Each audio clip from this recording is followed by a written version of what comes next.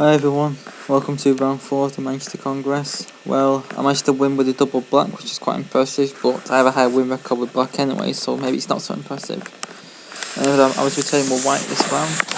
I was playing Richard George with the white pieces, who is 150 ECF. I am 151, so very closely matched on ECF, and I've still not finished anyone high rated myself, so I expect to win with white. And I remember playing the Scandinavian against my club mate in round 1, but the draw got changed actually. I thought I was playing Rg8 the previous night, so I had a look at my French video and that. But he actually played the yellow cam in the game, so good job. The draw got changed, I'd have been very disappointed. And I feel very bad if I beat the French anyway, so maybe it's a good thing. And the yellow cam will give it a good smashing. But anyway, yeah, as expected, Nf1 E4. D5, Qxd5, Nf6, and we played that. I played D4. The move everyone seems to play, who I've talked to, is Bishop B5 check, which is interesting. I know nothing about it actually, but I think at least we're a very bad allocate position for white, so I'm going to dismiss it and play D4 instead. And I thought it's going to be repeat my game against Rd7 Re8. We'll take with the knight. I will just develop this knight rather than play the ambitious move c4. I'll probably play g6, I'll play c3, just to completely annoy him. Bishop g7, bishop c4, etc. He's built something like this. Very solid, but he played bishop g4 first. And then, I've heard this, it's called the Portuguese variation, this. But to be honest, I didn't have a clue how to play. I was like, got a book already, it's move forward, I'm actually out of the book completely. I don't know what the best moves in this position, I don't have a clue. I think Qa4 used to just play f3, just put the bishop away, but I could see that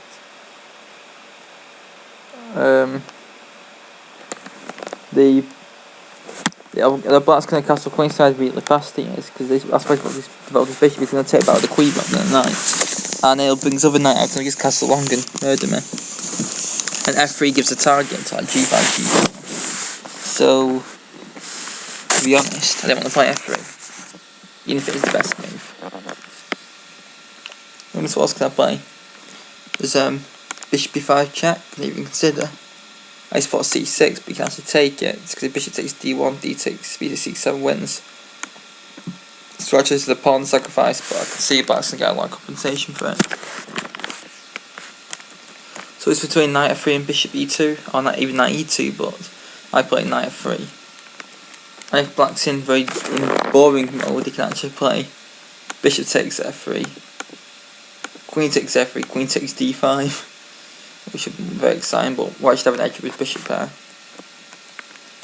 Queen takes d5 was played.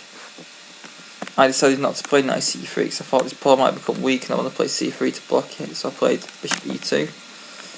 Knight c6, c3, long castle.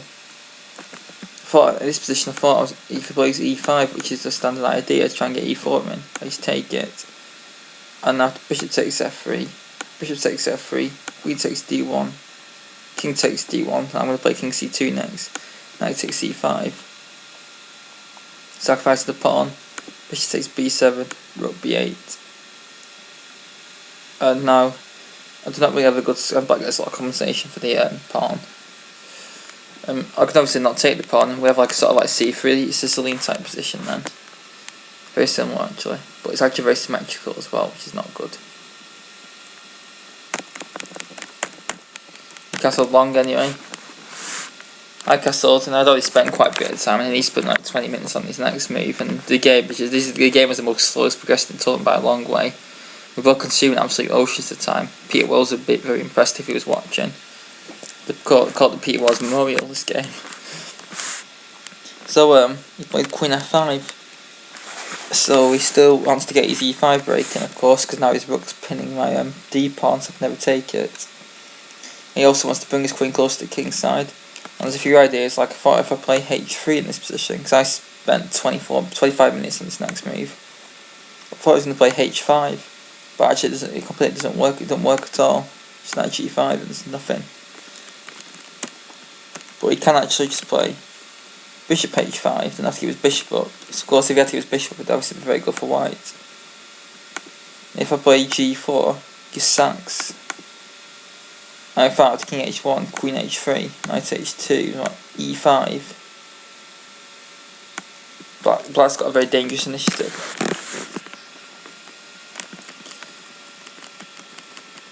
So, and then I realised he's going to play E5 next. So I need to either play Queen A4, Queen B3, or Knight BD2. So which one's best? I couldn't decide. So I didn't want him to play E5. Also Queen A4 for a lot of the time, because it brings the Queen close to King's side. But I just thought he plays Knight D5 and then Knight B6 and I've got nothing. Or we can just play King B8 first. I've thought Queen B3, well, it attacks F7, but he'll probably just sacrifice it. So I didn't like look at that either. So I decided on Knight BD2. This blocks the D file so I can capture it and stop E4. It also develops a piece. Means that I can move my bishop without being pinned. I can also, and another idea which took me another 20 minutes to find, the H6 repairing G5. I played Knight Rook E1. My plan is to play Knight F1 to E3 and get my knight to a good central spot, and then get the knight maybe to C4 still, and then come to E5, which is my good square, and also try and break up its attacking chances because I didn't like my kingside being rather devoid of pieces.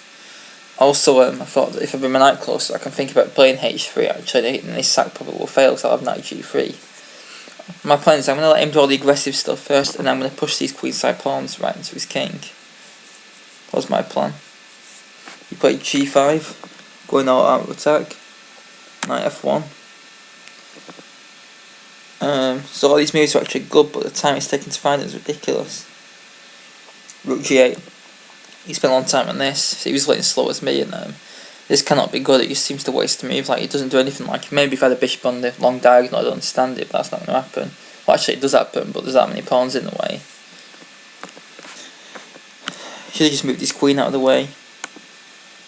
And after Knight E3, played bishop back to E6, but this is sort of admit that Black's failed and he's now just played B4 and start attacking. To Rook G8, I played Knight E3. And after Queen D7, for some bizarre reason, I thought this what I did was better, but actually it's not as good. It's still good, but it's not as strong. I should have just grabbed the bishop pair in the open position, because as we know, bishops are better in open positions. Still T unit, why didn't you take it? Say he takes for the queen or knight, then you start attacking. B4, and what's Black got in his position? Say he plays... I think it would attack him. Say he lashes out with E5, B5, Knight E7, that is one to pawn. But even so, Black's got a very difficult position. But I thought, play Queen A4. What I'll do is I'll just ignore the bishop. He can have his bishop pair still. I'm just going to attack you first. I've got to be impatient. And now he correctly moves his bishop.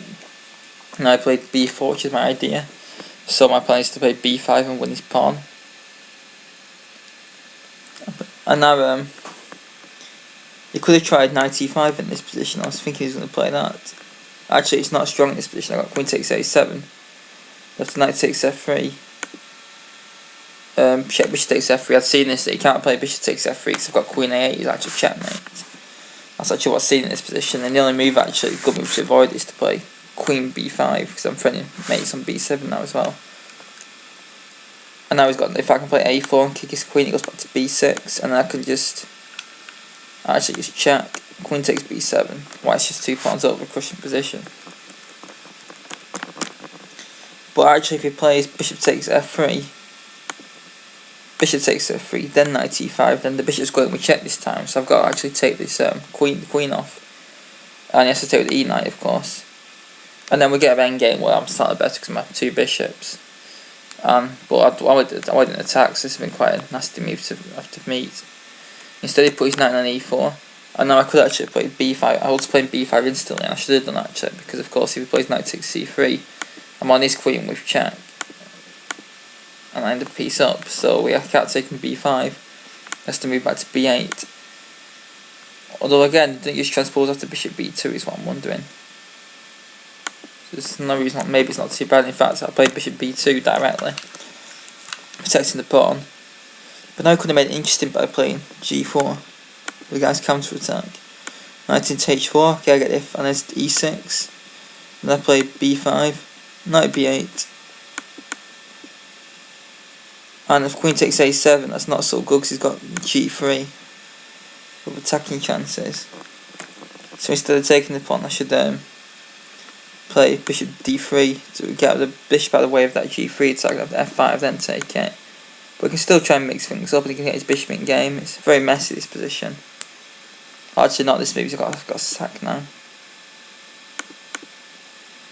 Oh, that's interesting. If queen takes f5, we've got bishop takes e4. Queen takes b5, a4.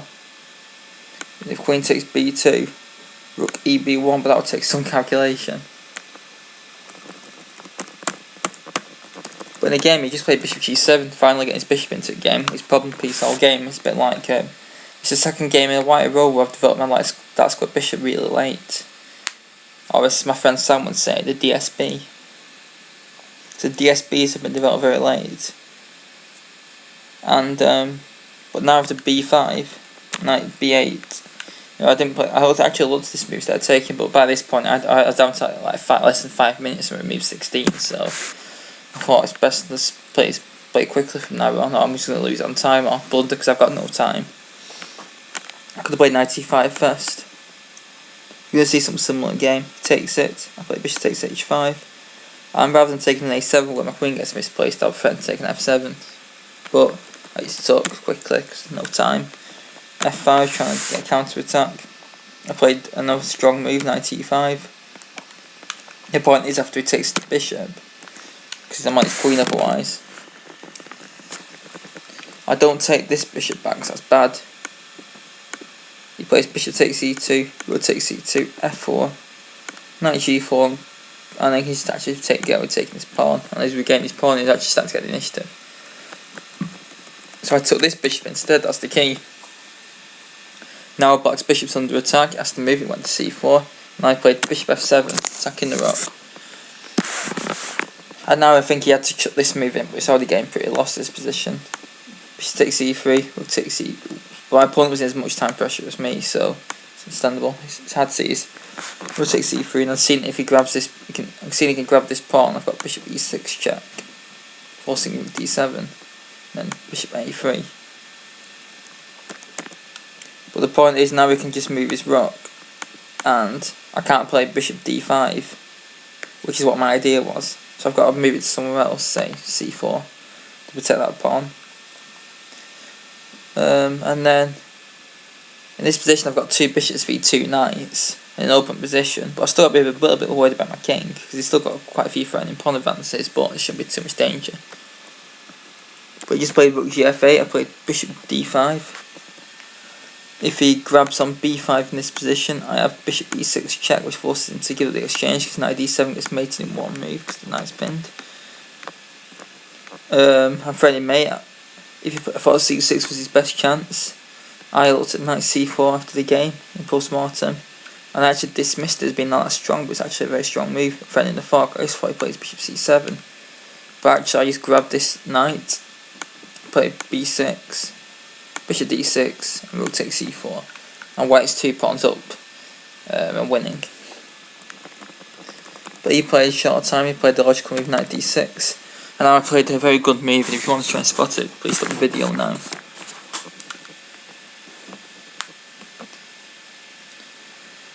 I played the crushing sacrifice, well not really sacrifice, knight takes f5. The point is now that my rook and bishop are both holding on the e6 square, so the knight can't be taken either way without allowing bishop e6 winning the queen. And nothing works. If he moves his knight, well actually, any other knight move as well allows b7 to go checkmate. I'm threatened. There's a threat as well. Knight takes e7 and knight takes d6 both threatened, and rook takes c7. There's about 52 threats in this position, and there's nothing you can do to stop any of them. In fact, the best move is actually what he played.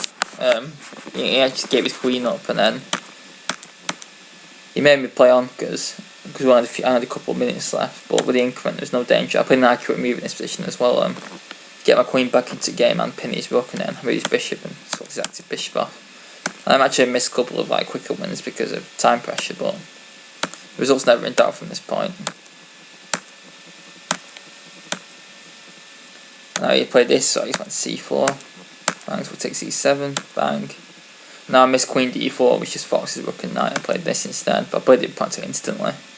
And I played the only move to avoid instant mate, and after rook D7, he thought he swindled me, but so he resigned then. So yeah, that was a very interesting game, and I really enjoyed playing it, judging by the amount of time I spent on some of these moves. But they were generally quite accurate moves, and you can afford to get away with this with increment, as long as you're careful. So yeah, despite being out of books so early, I managed to actually play some good moves, got a nice attack going.